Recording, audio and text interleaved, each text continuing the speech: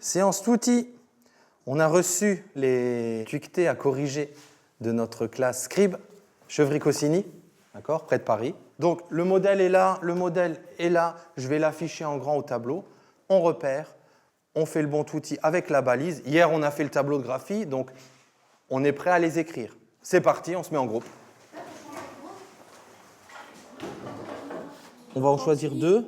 Rempli et moi je dirais nouvelle, deux. Allez, on commence par ces deux-là, d'accord? Tous les trois en groupe. Vous avez tout au tableau. Ce qui est intéressant et qui nous permet d'apprendre, c'est de faire les tutti. Donc c'est d'expliquer l'erreur qu'on fait. Donc par exemple, si quelqu'un fait une erreur à enfant, il ne met pas de S alors que c'était les enfants. On va lui expliquer. Donc on écrit enfant, on l'écrit en lettres capitales, donc avec le mot orthographié correctement. Et après on explique, on dit enfant prend un S car il s'accorde avec son déterminant les. Les tablettes, comme d'habitude, d'abord on valide le tutti, d'accord?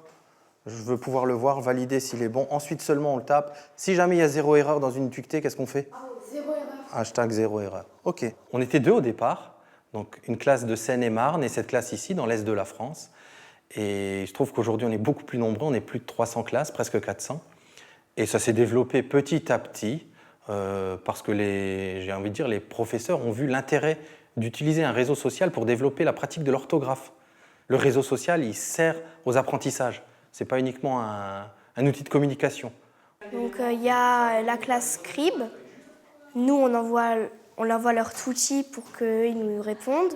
Notre classe Miroir, on leur envoie nos dictées et eux, ils nous envoient leurs tutti. D'abord, on fait la dictée individuelle et après, on se met en groupe et là, on corrige. Chacun, on négocie pour certains mots. Hashtag zéro erreur. Toutes nos félicitations. S prend S car il s'accorde avec nombreux qui est au pluriel. Hashtag accord GN. Ou riche. Ouais, ou riche, ouais. Quelle bonne. Très bien. C'est parfait celui-là. Et il vous reste, il y en a un troisième? Ah ben vous êtes prêts, vous, à les taper.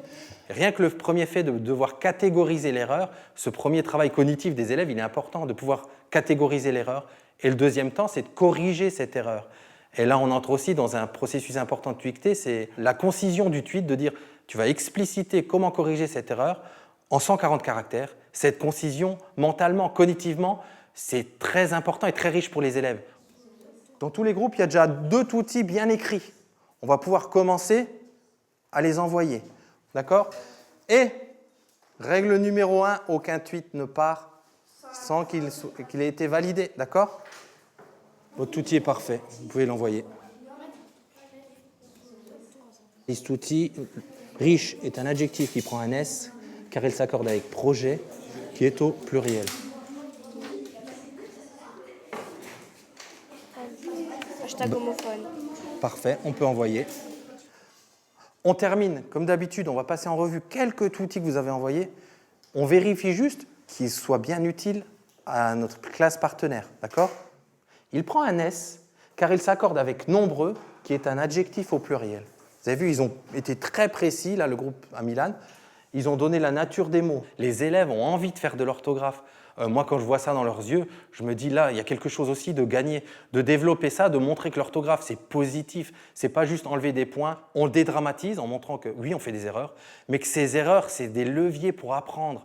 On va apprendre à écrire l'orthographe ensemble, par groupe, mais aussi avec des classes francophones de partout. Donc développer cette communauté-là qui travaille autour de l'orthographe, les enfants, ils sentent bien qu'il y a quelque chose de très positif et on les emmène avec ça. Ils disaient tout à l'heure, les élèves, quand on sera grand ou quand on sera vieux, on a besoin de l'orthographe. C'est ça l'utilité. C'est pas les dictées, c'est pas la leçon de grammaire.